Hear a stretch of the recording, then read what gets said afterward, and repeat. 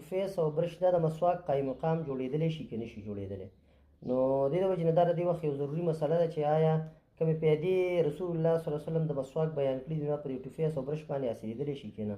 د حدیث نه دا معلومیږي چې بالکل ټوفیس دا د مسواک قایم مقام جوړېدلی شي. د هغې وجه دا ده چې رسول الله صلی الله علیه وسلم په حدیث کې فرمایي چې دا مسواک چې دی دا د خولې د صفایي دپاره دی او د الله د رضا د حاصلولو دپاره دی. نو دې د وجې نه دغه حدیث نه دا معلومیږي چې آیا د خولې صفایي په کوم څیز سره راځي نو دا د مسواک هغه مقصد پوره کوي. ځکه چې په بل حدیث کې رسول الله صلی الله علیه وسلم فرمایي چې که تاسو سره فرض که مسواک نه وي نو تاسو د خپله مسواکۍ ګوته دا تاسو استعمالولی شئ او د دې په ذریعه باندې تاسو د خپلې خولې صفایي راوستلی شئ.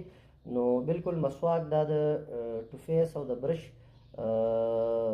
نه خو ډېر ښه دی چې دا استعمال شي او په مثال په طور باندې دغه نه نو بیا برش او ټوفیس چې دی دا ښه مزیداره صفایي راولي د خولې.